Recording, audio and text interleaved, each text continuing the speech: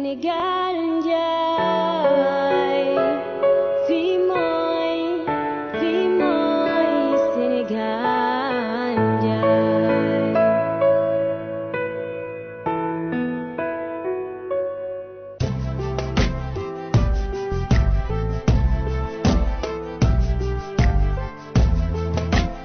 Salaamaaleykum Sénégal, salaamaaleykum le monde.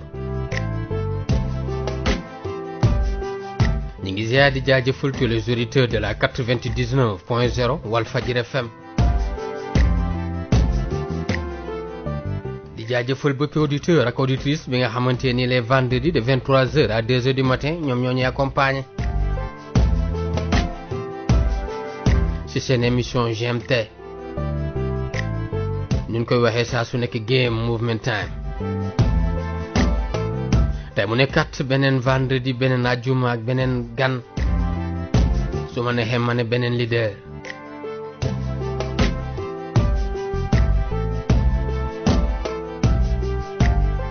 ñu fas yéene ci kanam tuuti incha allah yaatal ak moom bu baax a baax ba 2h du matin. mais avant ñuy xuus dañuy jaajëfal képp ki nga xam ne yaa ngi fi Walfi rajo Walfi rajo. maanaam di fi missionné.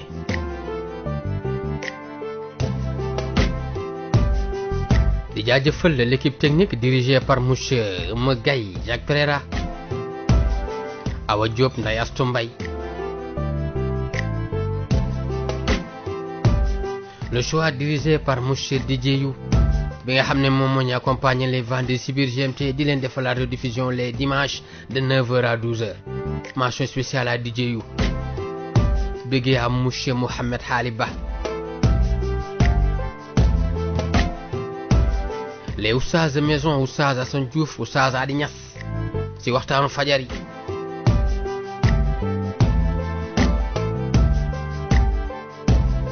may jaajëfal les journalistes yi nga xam ne ñoo fi nekk matinal bi Safiatou Cissé, Abdoulaye Bob, Ramatoulaye Sarr, Seydina Omar Ba, Ndeye Koumba Diop, Fatoumata Sey Ndi.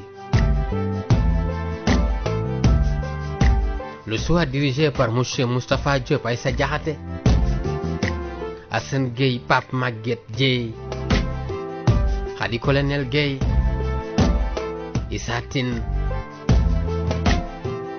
duma Fatou Chi Mouchal Khayri Aïdara Sport. Mention spéciale le confrère et consoeur animateur. De commencer avec l'assisté Bijou bi leen jox matinale avec monsieur Pa Ousmane Ba, l'assisté Maya ak l'assisté Betty, monsieur Sanjogo Mbengue di ko bégee foofu bi. ma jaajëfal waa Black Label Team bi nga xam ne jamono ji ñu ngi nekk ci bër. maanaam ils sont en congé. les DJ Tir. La fille elle s'appelle Touza. monsieur Hamza di ko jaajëfal bu baax a baax. DJ Prince mention spéciale maa ngi lay jaajëfal. tey mu nekkat beneen GMT maanaam ni ma ko waxee saa su nekk di jaajëfal képp ki nga xam ne yaa ngi fii ci Walfi rajo di fi missionné. tey mu nekkat beneen GMT ñuy dalalaat fii beneen leader il s'appelle monsieur Léopold Gueye. Les syndicalistes. Il est aussi agent de sécurité. C'est kanam tuuti d'ici moins de 2 minutes jël ko ubbil micro bi mu saafantoo ki yéen nuyoo ak yéen. bu loolu jàllee mu def la tradition maanaam indi leen 3 séries de son bi nga xam ne nag tey dañ koy partager ak moom bu baax a baax. bu loolu jàllee ñu gën a defaat taxaw seetlu ci présentation bi. à partir de 0h GMT commencé nag monsieur Léopold Gueye fas yéene partager ak yéen 4 points. tey moom la fas yéene waxtaan ak yéen. à partir de 1h monsieur Léopold Gueye jël benn pause de 25 minutes heure boobu yéen auditeurs yi si ngeen am accès ci plateau bi ci 88 628 99 99 boo leen duggee ba pare ngeen def 111. à partir de 1h30 minutes monsieur Gueye ñëwaat fii tontu seeni question ak seeni contribution 2h du matin mu tàgguwaat leen ba beneen yoon. li may def mooy damay jaajëfal sama copain il s'appelle le Jeyweus moo nekk si machine bi di bëgg aussi sama homie monsieur Amadou Tidiane Ba namoon naa ko trop asalaamaaleykum wa rahmatulah monsieur Amadou. waaleykum salaam wa rahmatullahi taala wa barakaatuhu ma ni nga dof jo yaa ñoom jàmm frère. waaw maa ngi sant yàlla bu baax a baax di bëggee di sant baat di gën a santaat. macha allah naka koor gi démarré ngeen ko si jàmm. waaw alhamdulilah démarré nañ ko si jàmm di ko ñaanal ñëpp tamit ñu dugg ci bismillahi rahmaani rahim te génn ci alhamdulilahi rabbil alamin. loolu am na solo. macha allah. nuyul sa gaay yee di sant ñëpp di gërëm ñëpp di delluwaat di jaale waat communauté mouride bi nga xamante ni génnal nañ fi àdduna sunu sëriñ sunu Cheikh Béthio mi nga xamante ni génn na àdduna ci France bi nga xam ne denc nañ ko tey di ñaan yàlla taas ñu ci barkeem bu baax a baax waaw comme niñ ko xamee rek di ko jaalewaat ñëpp di ko jaalewaat communauté mouride bi bu baax a baax di ko jaalewaat bépp umma islamique bi nga xam ne ñu ngi fii nii ci réew mi di ko jaale ñëpp di ko jaale cantaku nii la plupart di jëfal ñëpp di bëgg ñëpp di sant ñi nga xam ne ñëpp tàmm nañ di déglu seen émission GMT tey ñëwaat nañ ci beneen fànn ñu invité fii sunu chef Léopold Guèye mu war a waxtaanee bu baax a baax lépp lu ëmb ci biir sécurité réew mi ak sécurité intérieure beeg lépp ñu mën cee waxtaan bu baax a baax ak statut ak yooyu noonu di jaajëfal ñëpp ñi nga xam ne ñu ngi bàyyi xel ñoom El Hadj Diop depuis Ziguinchor ñoom Saliou Cissé di leen jaajëfal ñoom monsieur Bassène depuis Malika ñoom Mouhamadou Massamba Diop depuis Touba ñoom Mouhamed Aydara di leen le camp de garde de Kaolack ñoom Kéeman Diouf ñu ngi leen di jaajëfal baax a baax di jaajëfal ñoom Tukulóoru Baye ñoom professeur Babou depuis lycée Limamoulaye ñoom Moussa Kébé depuis Yëmbal Abdourahmane depuis Fouta di jaajëfal ñoom Aliou Ba depuis Dalifort ñoom Moustapha Badiane depuis Kaolack ñoom Katim Cissé Kaolack ñoom Malick Dramé Wakam su ma naree lim day gën a gudd di jaajëfal ñëpp ñi nga xam ne ñëpp lépp li ëmb biir Sénégal gi yëpp ñëpp toog di ñu déglu ci 23h 2h du matin seen beneen émission seen beneen GMT bismillahi dof jo di ko jaajëfal yu s'appelle monsieur Amadou Tidiane Ba di ko béggi bu baax a baax asalaamaaleykum monsieur Léopold Guèye. waaleykum salaam sëñ Diop. ñu ngi leen di ziar bu baax a baax. di la delloo ziar yal na yàlla nangu ziar. amiin yaa rabbana. wàcce ko ci dëkk bi yëpp. macha allah. damay d'abord bi ma leen nuyoo. gërëm leen ci invitation bi. effectivement bokk ak Sénégal yëpp naqar bi. disparition wu Cheikh Béthio. vraiment dafa nekkoon koo xamante ne ni ak ni mu meloon ci diine ji ak ni ñu tàmmee gis kilifa diine yi. ku wàcce woon boppam la. dëgg la yem ci effectivement tolloog taalibeem yi. donc ba yàlla jëlee ko fi tey. donc yàlla na ko yàlla xarale àjjana yi gën a kawe. amiin yaa rabbana. waaw damay profiter aussi parce que comme amuñu woon occasion boobu léegi wax ci rajo bi ci Walfadjri ci groupe bi. jaale leen aussi la disparition du DG El Hadj Sidi. wax dëgg yàlla ku amoon taxawaayam rafetoon na ci Sénégal bi. macha allah donc ñu ci dolli sant yàlla di leen ko jaale ko njabootam. vraiment jaale ko sa Sénégal. dëgg la dëgg yàlla. et puis di ñaan li mu fi bàyyi. gën a sax gën a jëm kanam. amiin wéy xëy na ba ay sëtam. ñoo fekkee barke bi. bokk ci barke bi. lépp pour lu jë parce que lu jëmale woon Sénégal moo ko intéressé. donc di ci sant yàlla di nuyuwaale maintenant sama njaboot. sama soxna. sa tuut tànk bi. ak les délégués du SYNACOFAS syndicat national des convoyeurs de fonds et agents de sécurité. Et tous nos camarades de la conscience nationale pour le nouvel ordre. suñu parti. bokk ci Benno Siggil Sénégal di nuyu leaderu Benno Siggil Sénégal yi.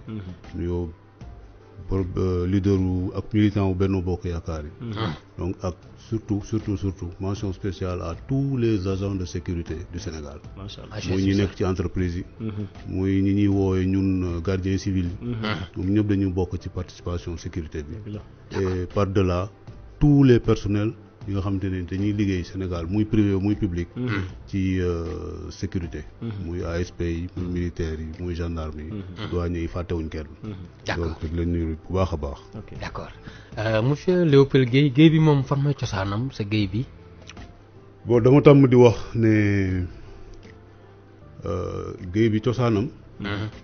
pour tooñ dama naan Sénégal. waaw lu tax.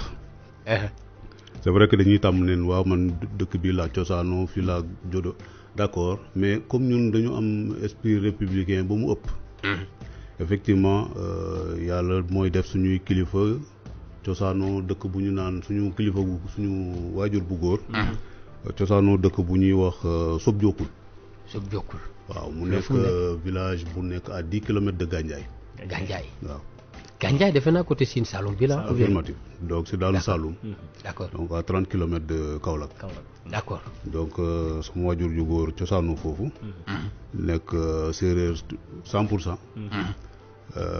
sama waajur bu jigéen nag nekk moom cosaanoo tik ci àddina village bi ñuy wax Mbodiène ci Petite Côte bi d'accord mais mu nekk moom tamit disons nekk séeréer nekk Balante donc ma am chance boo xam ne ci Sénégal benn dëkk daal laa xam ne xëy na gisaguma fa loo xamante ni maa ngi moom bokk nañ deret muy xëy na ay côté Ranérou rek yooyu waaw moo tax buñ ma waxee rek fu ma cosaanu mënu ma wax feneen fu dul Sénégal donc aw ma xaj ak seen d'accord mais man sama xam-xam sori wala Ndakate man dama yaakaaroon ne Guèye du séeréer quoi Guèye du mën a nekk séeréer loolu laa di njortal man Ndakate ngaaka la non bi nangul naa la loolu Guèye bi sénégalais la d'accord mais daal Guèye bi aussi Saloum la waaw Saloum daan nga bay mos nga bay gerte xanaa suñ kër comme jardin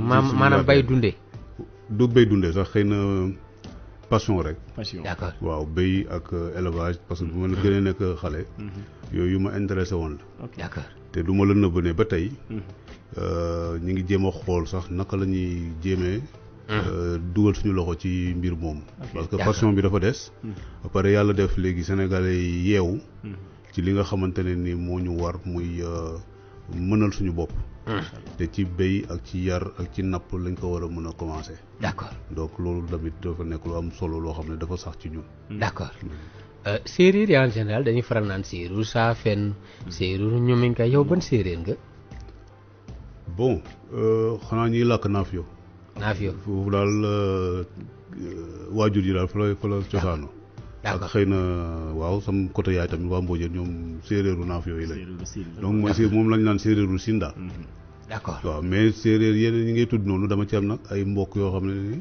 du ay mbokk ay yu sori ay mbokk dëgg donc pour man daal je reviens à ce que je dis rek sénégalais bi daal moo gën a am ñi naan naafio ñoom ñoo naan aussi ba xam añaaja quoi ou bien yéen doo leen wax añaaja waaye nag man nag gis nga nag li nga gis noonu séeréer bi dama cee sori ah bon li sama papa naan séeréer à reprendre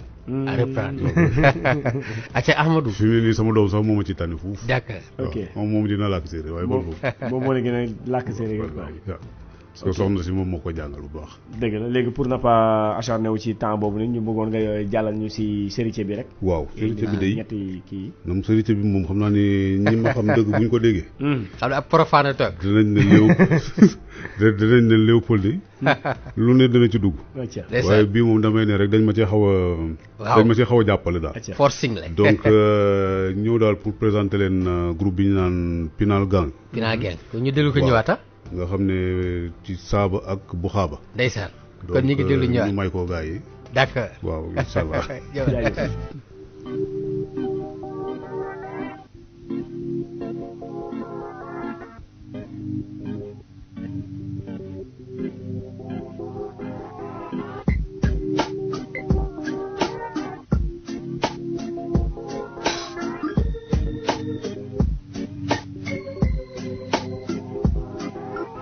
ma lakkandoo maa ci gën a xëmle ñaata at a ngi ma toog di xulle maag samay gaa dañu cólle maay taaw li ma nekke dafa ñaaw wan nelaw wala tëdd seetaan télé xale bu ma ci yónni doo dem te ku ma ci dóor cólle dañ may xasa xas ba ma ràpp ba tuddal ma ci sama tubay ju booy looy kaas nu mu demee booy xam nga ko lu réew ñu ne manal taxal ma yaakaar na ñàkk tax ñu ne damay randal gàlle lu fa raar fiis man lañ koy langal yàllaay borom kuun tey suma sànnee kuun ba mu kuun fa ya kuun koon da ngay xam ne jaama am dañ may tarbi du ma waxe kenn du ci teg baat ciy xaat gàlle maay aat lu ma neex laaj ciy mbokk yi taan bi boo ñàkkee da ngay mel ni ku manqué reer boo ko wutee fande taqale fonde wala mburoog ndambe lépp ngir bañ a fanaane fande wala caribé des daaray chemin fa la yombee booy toogal muñ te xam ne lu jot yomb booy dafa jot jafe nga jóg ñafe li nga nekkee moo sampul kër chaque naat nga daj sama dëru li kër booy tànnuma soirée sénégalaise wala make it clap fekk na ma baat ba ma tiim samay bouteille flat déclenché samay shit coow du jib kenn du sit li ngay dund ci gàll bi moo yomb yenn yi da ko war a jomb nekk ci gàll bi doo job ñu teg nga coot day yomb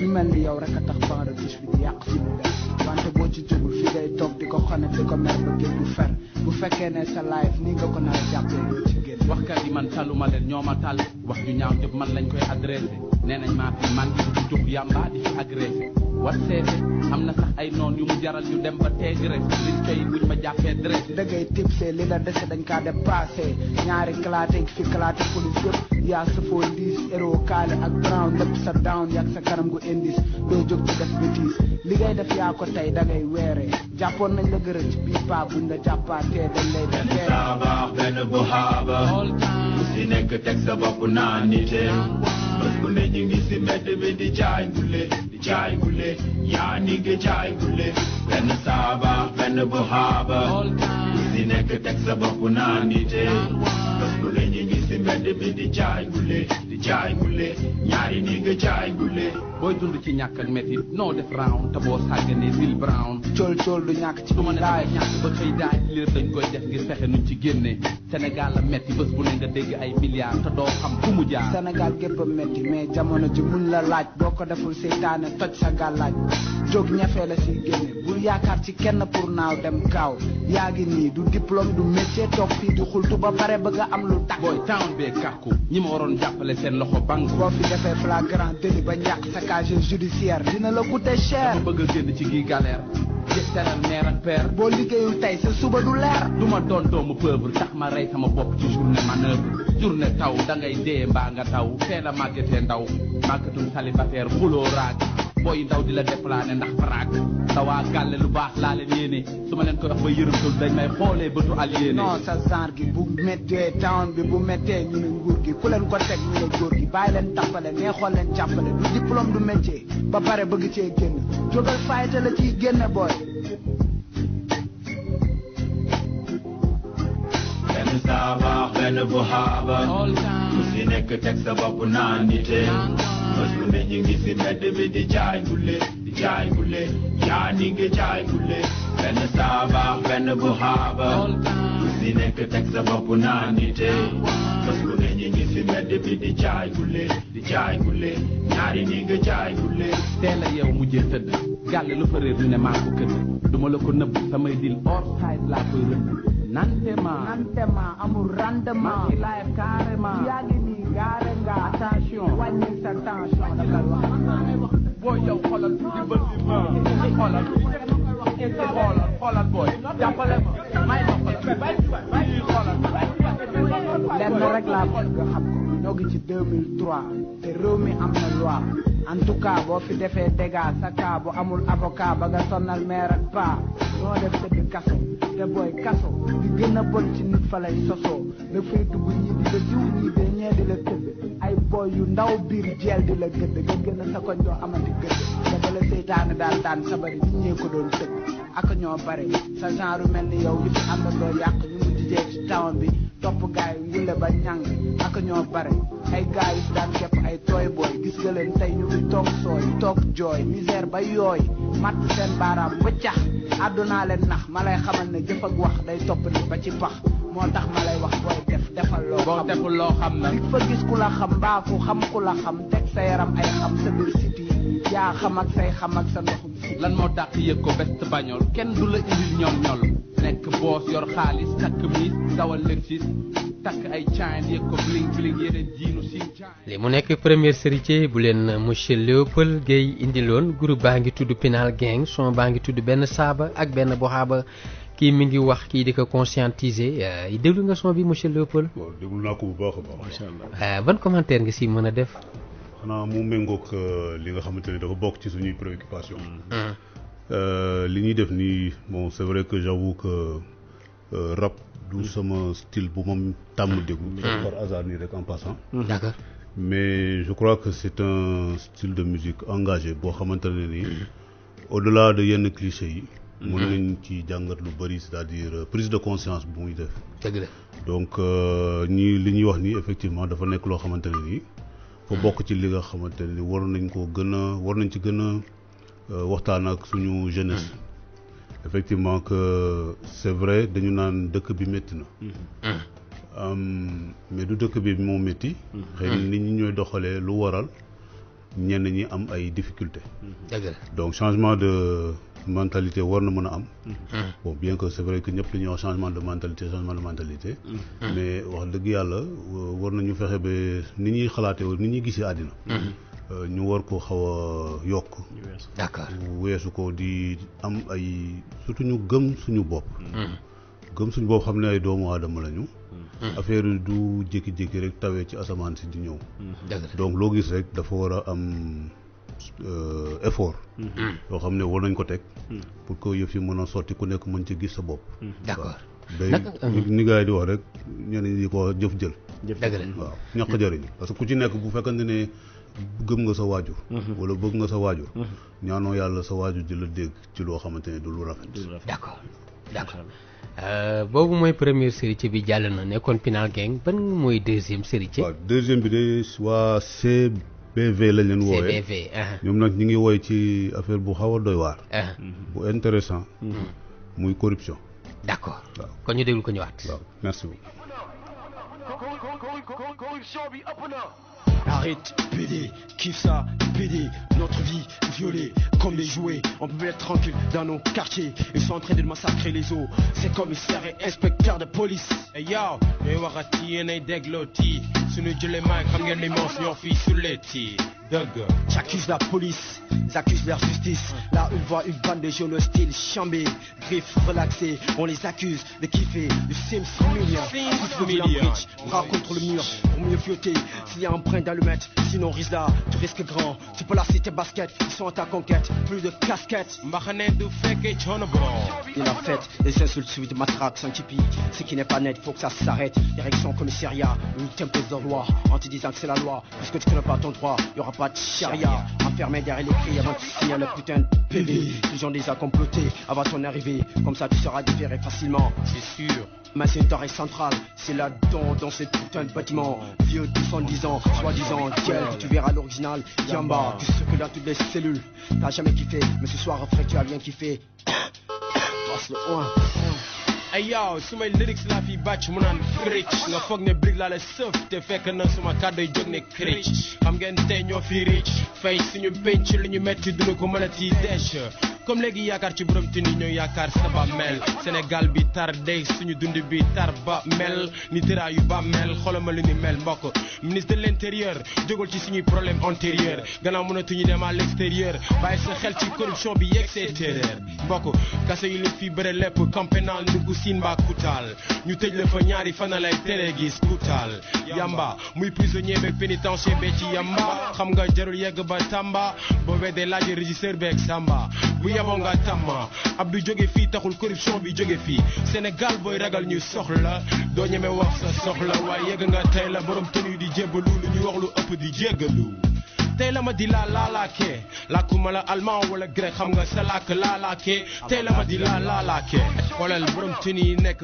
fële ci avenue Malick Sy ñu ngi nekk police su Rebeuss dooni ponkal yu rëb te ës pharmacie Padois c'est hors la loi ñoo di suñu mbokk police su PA marché public yi maanaam samba jàpp ci leen mbokk du ay nax tiit leen port ba garage bu Guédiawaye ak yenn bërëb ci yenn dëkk yu ma fàtte na xama Ndakaaru géej la waay ñeen fukk leen fa téye foo nga jox leen sinon de la fay téye bërëb bu douanier yi fàtte li nga ma Pont Noiro ba jàpp baak ba jëm Casa wala séexam ba jëm Nouakchott corruption dem na ba yàq nit ak melo soppi nit ci doxalinam ak jikko kii joxe findeel ñàkk xelam kii nangu gën a wane ñàkk ngoram bu ko jaralee dodom ay yow lii rek mooy riba jarul ngay ree ci kaw mbokk boo yeboo riba da ngay sol te ni ñëpp togal fi sa bopp yow kenn xaalis doo mos ni déet da ngay fen te loolu la ñu bëgg mu dañ ici derrière les barreaux y aura pas de cœur pour te déranger quartier bien encadré mais par qui sait on nous interdit de kiffer d'or mais à l'intérieur on peut fumer fort je veux qu'on m'explique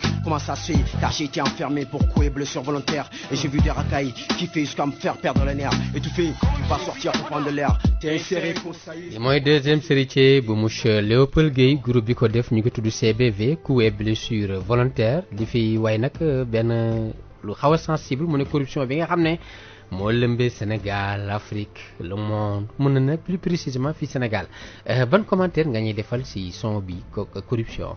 bon di jaajëfal groupe bi effectivement pour li nga xamante ne mu ngi koy dénoncer ci affaire corruption yi. mais affaire corruption. su ma koy dégg daf may def lu ma daf may xaw a def reetaan. lu ñëpp di dénoncer la mais ñëpp koy def. parce que sénégalais dafa bëgg lu yomb. dëgg la extrait de naissance sax boo koy wut. il faut nga dem wuti benn bralon.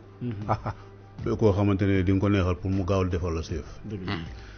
léegi nag bu fekkee ne dañuy développer mentalité boobu. ñu bëgg a gis ñu bëgg a xool rek corruption wu policiers yi corruption wu juge ainsi de suite parce que c'est vrai que ñooñu seen position dafa war a dafa tax ñu war a nekk ay exemple mais de plus souvent ñooñu la ñuy njëkk a accuser bu ñuy wax affaire corruption. d'accord xam naa dañuy attaqué troisième ak dernier héritier bi nga xamante nii nag mooy ñëw nag ndar képp bala ñuy waaj a dugg nag ci GMT. waaw kii nag moom defe naa moom la ñuy wax Rapadio. waaw moom de xalaa xaw a gën a miin sax. d'accord ah bon waaw wax dëgg yàlla moom mos naa ko dégg wala mos naa ko sax. d'accord kon ñu déglu ko ñëwaat donc Life in the Jungle. Life in the Jungle. d'accord naa ne war naa métti.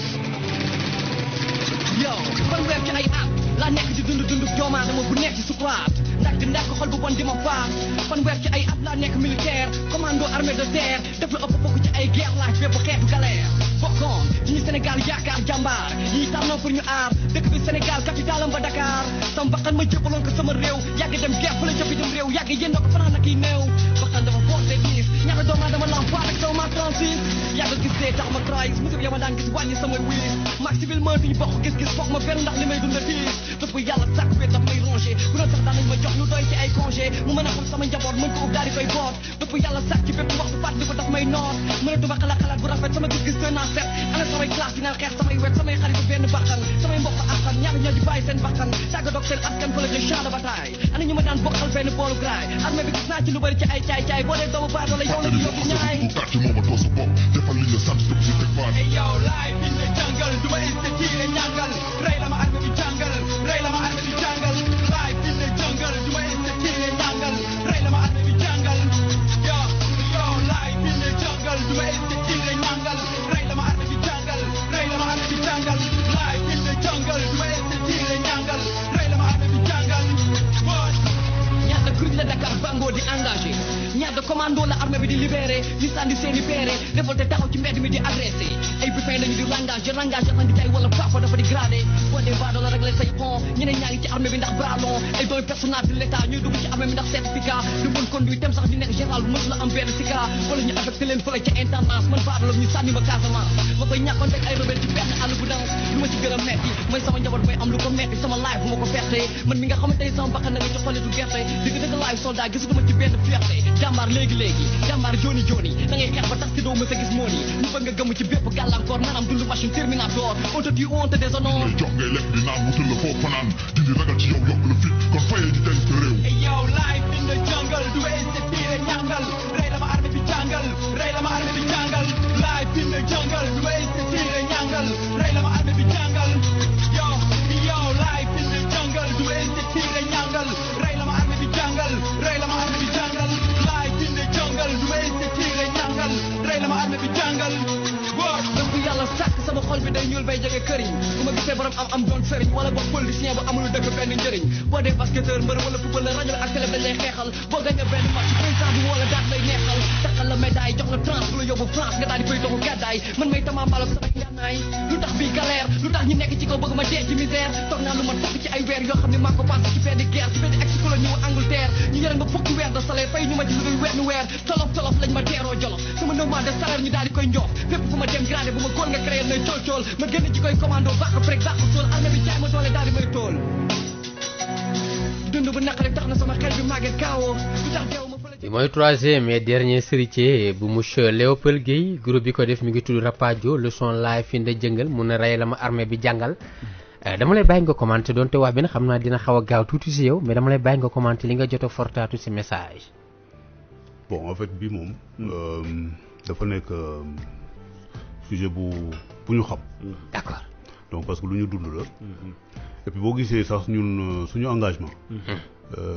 lii moo ko justifié. parce que dafa am wax bu am solo bu muy wax. te man dama ci bàyyi xel. moo tax parfois ci samay doxalin dañ may jàppe sax xaw ku radical. xam nga sax yaa ngi doon wax affaire corruption.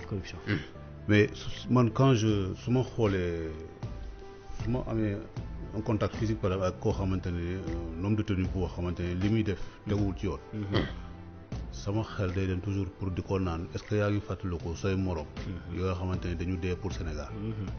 looloo tax dëkk bi amul ñu solo. xam nga nit ñi dañu naan damay dégg souvent ñu ngi wax affaire patriotisme. politiciens yi di wax affaire patriotisme. yu mel noonu man patriotisme soo ma koy wax damay fàttaliku samay camarades. yi nga xamante ne nekkatuñ fi te gënuñ leen. te bal lañ leen rey wala éclat wala dañu explosé wala ñu lakk ci anam yu métti. xam nga loolu parfois da ngay dégg tel militaire il est mort au combat.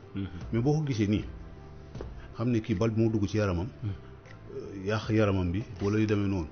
après ñu suul xam nga ñu ko fekkewul dañ koy jàpp nii métti na mais boo ko gisee nii. nga sa biir wala koo xamante ne da ngeen toog nii ñu ne alerte am paf bu am moom ñëwul leneen lay def ci sa bopp bi.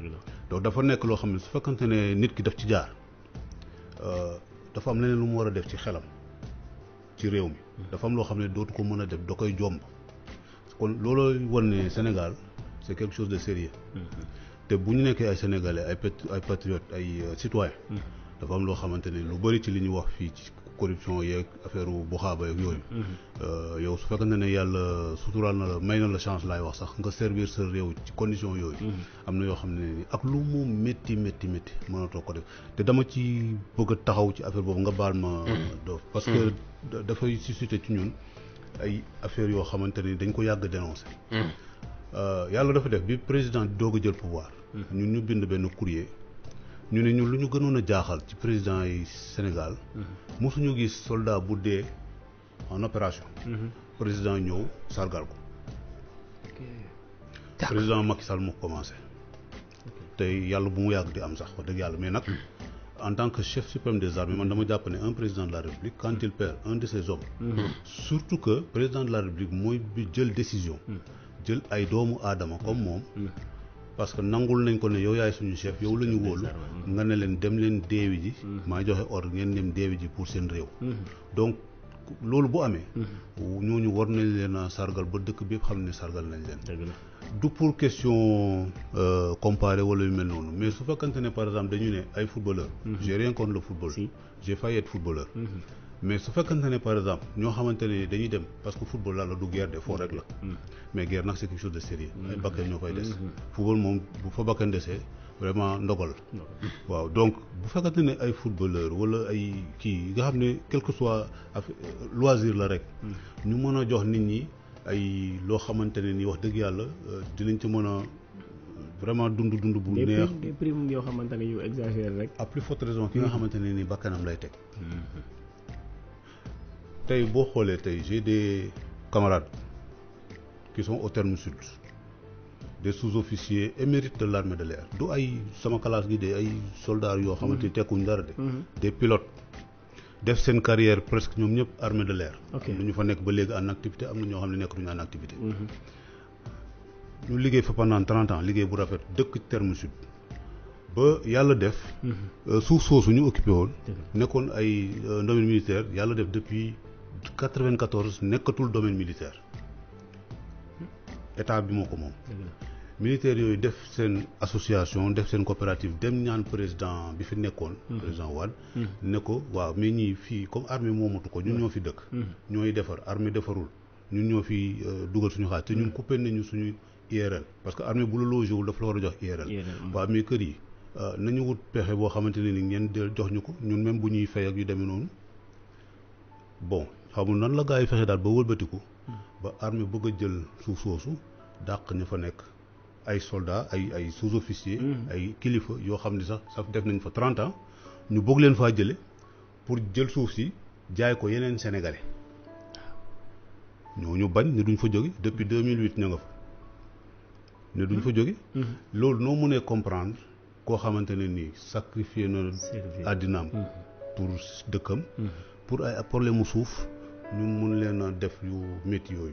demee noonu donc moo tax woy bi muy woy nii yooyu la ñuy fàttali yoo xamante ne nii ay genre injustice la yoo xam ne war nañ ci xoolaat loolu nag xëy na de laay wax.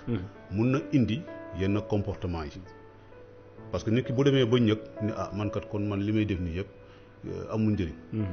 ñi nga xamante ne ñooy def naka su dul noonu wax ji rek lañ fi nekkee tedd jël seen i njaboot dugal leen dans de même condition. man may rey sama bopp fii mënuma ci am dara lu ma mën a am ci talibé ut ko. ça ne le justifie pas. mais ça l'explique. malheureusement donc war nañu xoolaat équilibré wax dëgg yàlla intérêt yi ñuy jox ñenn ñi Sénégal ku nekk mën ci gis bopp. surtout nag ñi nga xamante ne ni seen bakkan la ñuy teg pour seen réew. donc moo tax ñuy jaajëfal Rapadio ci woy boobu. wax dëgg yàlla. d'accord Amadou. waaw man de dama ko naan rek ci yi nga xamante ne comme conseil ñi leen di jox ñoom nga xamante ne dañuy nekk ci condition yu metti mais ñu naan la defal liñ lay def rek te bul ci teg baat. soxlawuñ sa xalaat.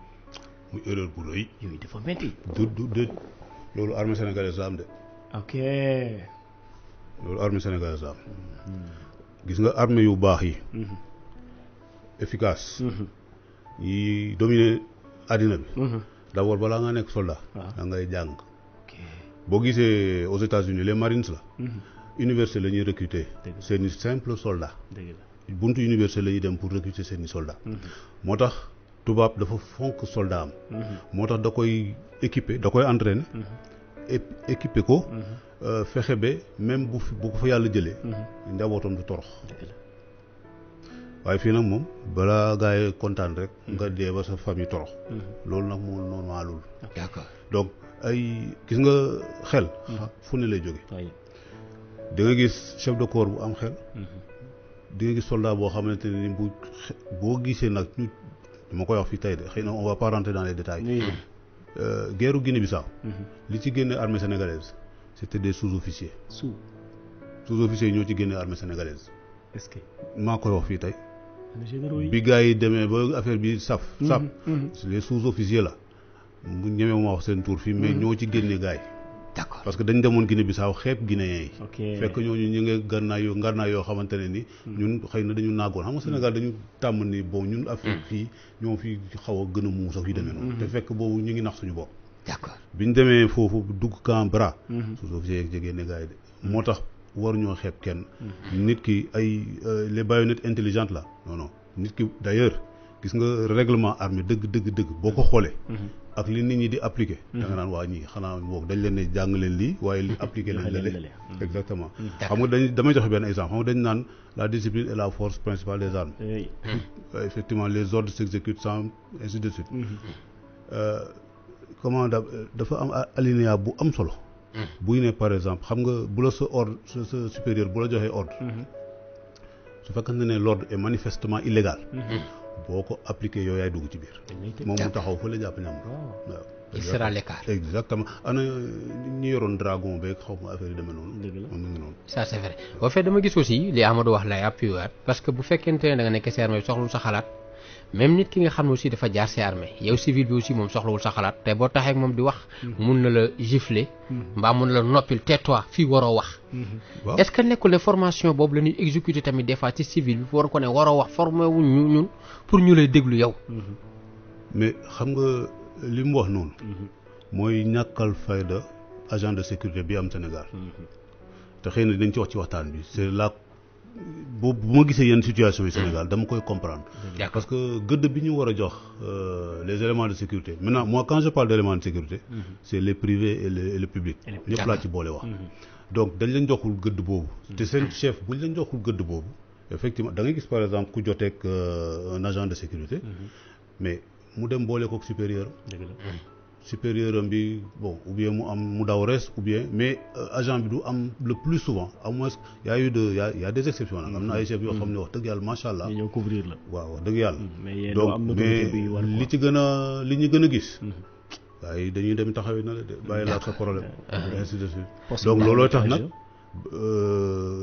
boo dajeeg sa moromu civil bi tamit du la faale d'accord da lay jàppee na ma yàlla baal benn mooy que rien ay doof lañu d'accord mais gis nga ñàkk wax boobu ñu naan soxlawuñ sa xalaat armée rek nag lañ soxla xalaatu soldat parce que guerre du caaxaan la guerre technique la stratégie la yow mën nga nekk général nga établir ce plan d'état-major def say plan def say ainsi de suite def sa briefing yooyu yëpp mais soldats yi koy appliquer suñu amul xel du dem c'est vrai c'est comme l'architecte c'est vrai c'est quelqu'un qui a une très bonne voilà exactement il réfléchit bien pour jàng mais li mu dessiné est-ce que moom moo koy tabax maçon bi moo koy tabax ça c'est vrai xelu maçon bi soxla woo ko kon réciproque bi dafa war a jàll foofu quoi parce que la plupart mooy ñi nekk ci terrain bi gars yi dañu dem ba seen siir jëli jiwaat ñeneen ñi nga xam ne comme li ngay wax ñoo gën a jàng ñooy ñëw jiitewaat gars yi te ñoom ñoo leen gën a miin terrain bi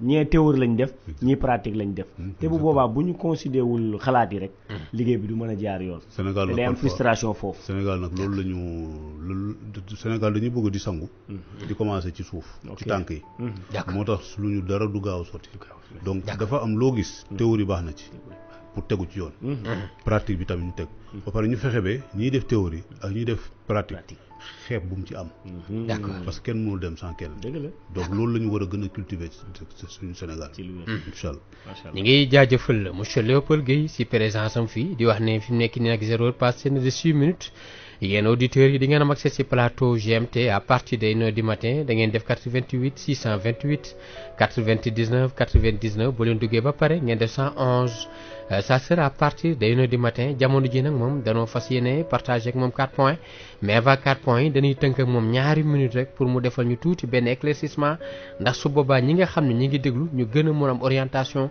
gën a am tamit compréhension parce que monsieur Léopold nit ki bu fekkee armée la danaan force de l'ordre yow yaay njiitu syndicat bi nga xamante ni maanaam su ma koy soxla mbootaay bi nga xam ne ñoom ñooy liggéey si wàllum sécurité maanaam agent de sécurité yi ñu leen di woy soit gardien yi vigile yeeg ñoom seen bu fekkee da nga nekk si armée danaan force de l'ordre yéen ñu leen di wax agent de sécurité différence boobu nag lañ bëgg tamit xam nga expliquer waat nit ñi lan mooy agent de sécurité ñii naan ko vigile ok donc agent de sécurité yi ñuy wax ñun ñu ñuy amal affaire c'est-à-dire ñi nekk ci suñuy syndicats yi c'est des agents de sécurité privés effectivement ñoom la ñuy wax gardien yeeg ki doon même si ci convention bu bees bi terme bi évolué na léegi agent de sécurité la ñuy wax effectivement agent de sécurité mooy ki nga xamante ne ni dañ koy fay pour mu nekk ci benn bërëb pour aar doomu aadama ya fa nekk ak seeni alal donc bâtiment beeg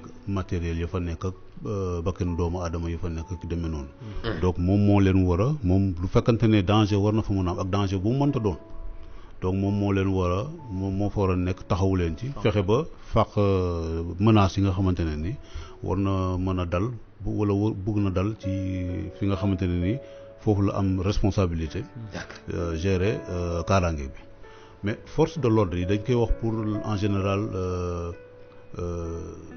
sécurité état bi d'accord parce que état dafa am responsabilité dëkk bi tegu ci yoon donc pour dëkk bi tegu ci yoon il faut que mu am ay personnel yoo xamante ne ni seen liggéey mooy fexe ba tout le temps képp ku nekk ci dëkk bi ngay doxal yoon mooy ordre donc pour que ordre mën a wéy ci dëkk bi il faut que mu am ñu fi nekk ñoo xamante ne ni su dëngute amee ci yoon boobu ñu bëgg a doxal dëkk bi doxee ñoom ñu mën a def seen kéemtulaay kàttan pour que ordre boobu mën a teguwaat pour que ñëpp mun ci gis seen bopp parce que ci ordre boobu ci la ñëpp mën a demee ensemble mais désordre mooy lu mooy mel ni jën bu tas ci suppu kànja wala ci suluxu mbalax kooku moom dëkk mënu cee dem ci kanam donc moo tax ñu leen di wooyee des forces de l'ordre dañ leen jox doole dañ leen a kàttanal ñu am doole am sañ-sañ am pexe am mën-mën am prérogative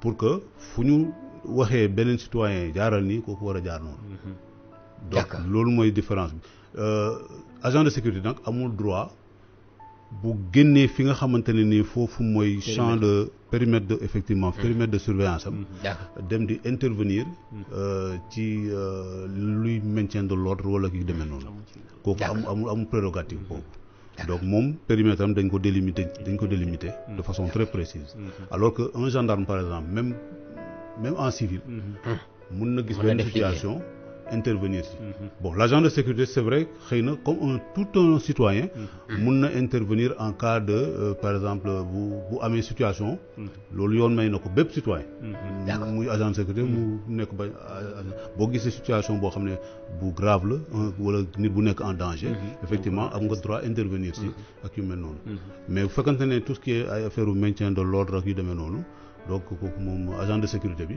d'accord moom mënu ci liggéey lu bari waaw dañ koy limité foofu. d'accord xam naa li yëpp après dinañ si ñëw si question divers yi léegi dañuy attaquer premier point mu nekk la résolution définitive de l'anarchie dans le secteur de la sécurité privée.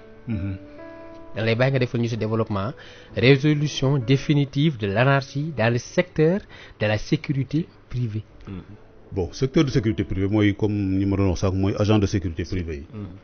nga xam ne dañ leen a embauché aussi bien dans des entreprises que pas des particuliers donc ñooñu effectivement seen liggéey mooy fexe ba ji nga xamante ne ni ñooy seen malheureusement donc loolu mooy seen liggéey et dafa nekk sécurité d'abord il faut que ñu taxaw ci tuuti d'accord pour wax ne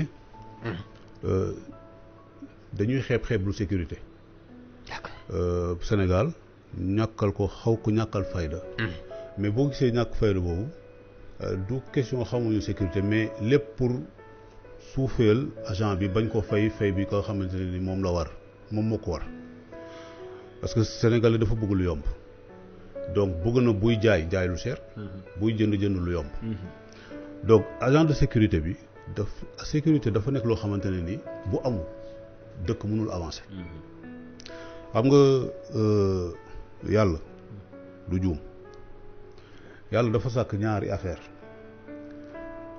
pour àddina bi am sens dafa sàkk bakken bu mu sàkkee bakken jox bakken bi xel jox ko xel pour que dund bi ci kaw suuf mën a nekk dund bi ci kaw suuf mën a nekk mooy lan mooy ngay jëfandikoo sa xel pour di liggéey mooy indi alal mooy indi progrès donc noonu la àdduna bi doxee bakken day am xel tegu ci pour que ñu mën a liggéey di améliorer di adapté wu di développé wu donc loolu moo tax tey ñu am ay clim ay oto ay fusée ay avion ak ki demee noonu léegi agent de sécurité boobu aar bakken ak aar alal boobu xelu kii am bakken di génne looluy liggéeyam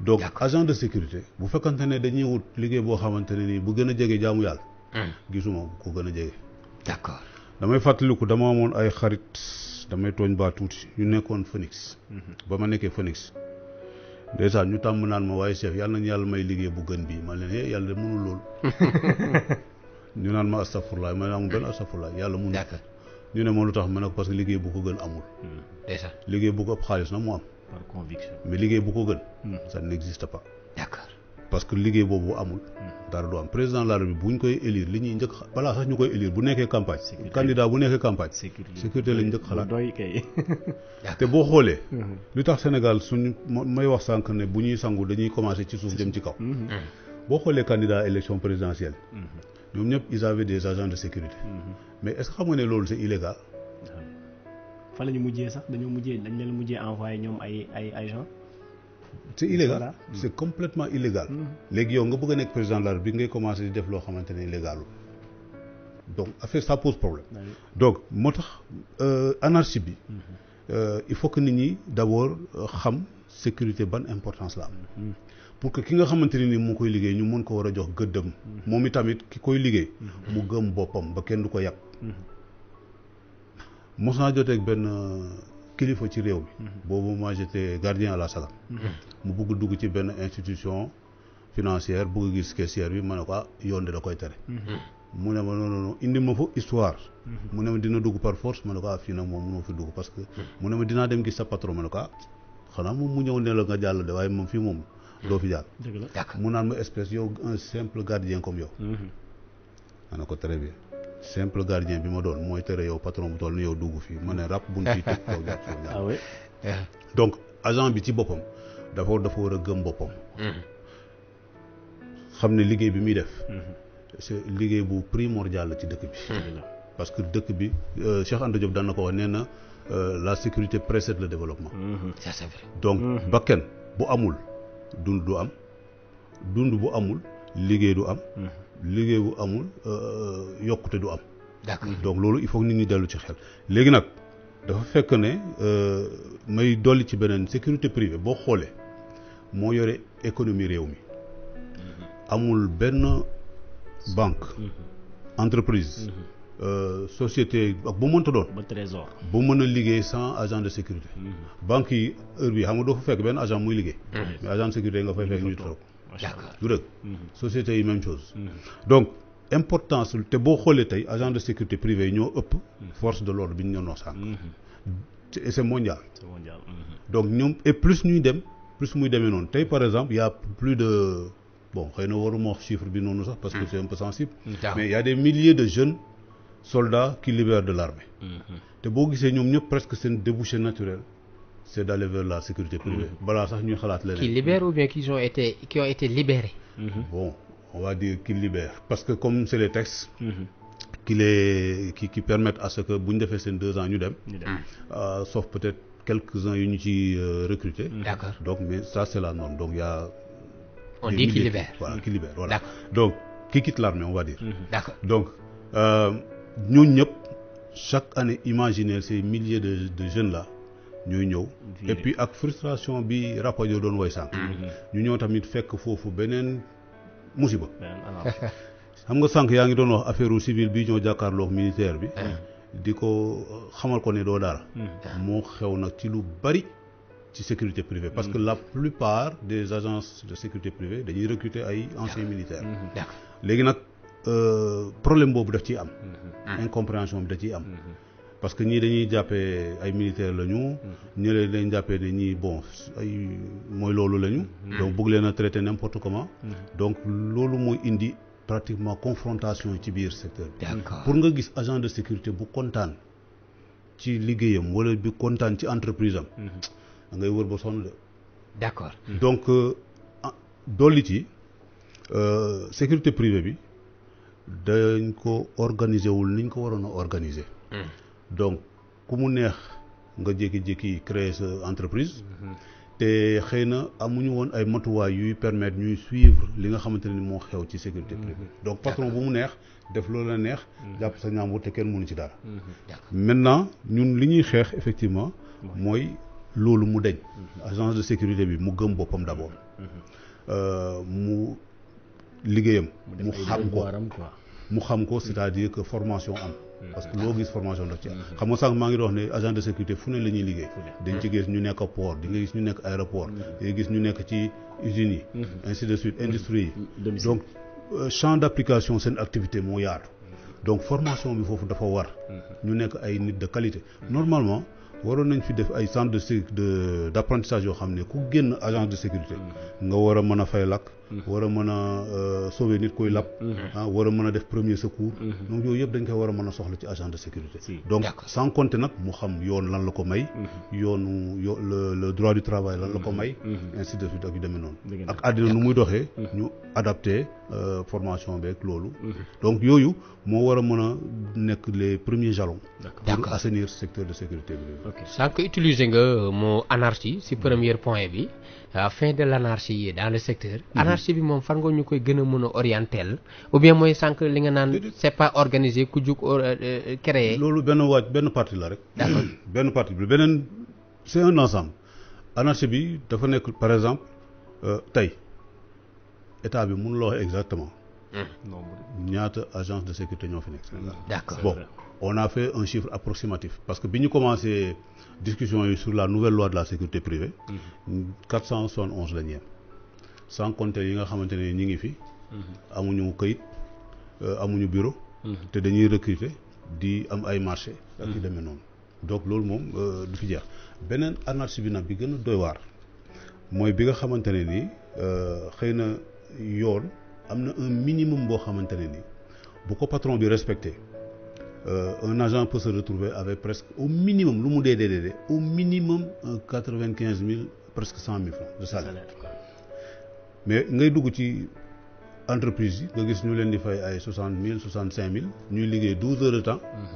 6 jours dans la semaine 6 jours par semaine muy 72 heures par semaine donc di fayeeku ay 60 000 50 000 65 000 alors que marché bi xëy na agent bu nekk dina ci am 200 000 francs 250 300 ainsi de suite ça dépend nga bëgg agent bi nga waroon ko fay 100 000 francs nga koy fay 40 000 francs du am IPRES du am caisse de sécurité sociale du am IPM chaque mois da nga gis patron société yi nag yi gën a mag nag ci ñi gën a mag ci réew mi chaque mois ñu jël ci li nga xamante ne ni moom la agent yi mérité woon lu tolloog 30 000 wala 40 000 francs par mois ki nga waroon a fay 90 000 100 000 francs nga koy fay 60 000 francs ngay fayeeku loo xamante ne ni waroon na fay agent bi normalement mais nga fexe ba agent bi li muy fayeeku sax li nga xam ne yoon moo ko ba bind de nga dindi ci 30 wala 40 000 francs par mois mais loolu tax gardiennage am xaalis boo gisee ku ci nekk di rey boppam sama classe soldat yi ku ci retraité bëgg a ji ubbi société de gardiennage noonu la il s'enrichit très vite 30 mais imaginez 40 000 wala 30 000 francs par agent nga am ci 100 muy ñaata nga am ci 1000 muy ñaata donc loolu weesu ñu ne léegi yoon nee na entreprise bu nekk c'est une obligation que nga am syndicat yow nga ne non non non yoon li mu wax noonu sama yoon neewu ci man maa ngi fàttaliku sama ancien patron réunir nañu ñun ñëpp mu ne syndicat Léopold bi ku ci bokk jaral na mooy ma dàq la même si les tribunaux déclarent les torts contre moi moo ñu ko ñun ñëpp ñu toog ñun ñëpp ñu toog te dara fekk ko ci nag te ni mu ko waxee noonu la ko defee ba tey ji ma lay wax ni sagam bi dama koy tudd amul délégué du personnel depuis 2007 d'accord parce que moi j'aime dire les choses clairement parce que on est à la radio d'accord donc tey ji may wax ak yow décision tribunal am na buy condamner sagam par exemple mu organiser élection depuis le 15 février 2017 ba tey organiser wuñ ko d'accord beneen affaire bi pour dire anarchie bi justice ba tey mënul fexe ba jox ma jugement boobu pour mu mën a exécuter sagam dolli ci avant loolu bi ñu fexee ba sagam une fois organisé élection en 2012 ñu labaj élection yi ñu dem tribunal ne élection yi jaarul yoon ne nañ ko defaraat sagam bañ ñoom ñu fexee ba dem fële cour suprême juge bi condamné leen ñu fay lu toll peut-être presque 1 million par jour de retard bu ñu organisé wul élection yi ñu tëdd suñ duñ ko organisé ba amee ñu lu tolloog presque 400 millions mais bi ñu demee cour suprême kase ko ne léegi juge damay kase li juge bi verdict bi ba pare yóbbu dossier bi Thiès ba tey maa ngi xaar loolu 2000 lan loolu 2014 ba tey 5 ans donc boo gisee ñuy wax affaire anarchie dafa nekk parce que patronat yi ñu ci bëri dañu nekk ci situation impunité lu leen neex la ñuy def d'accord ñoom ci seen bopp sax parfois da ngay wax dañuy wax yoo xamante ni yow da ngay rus ci sa justice ñoom ñoo koy wax de ñu ne bon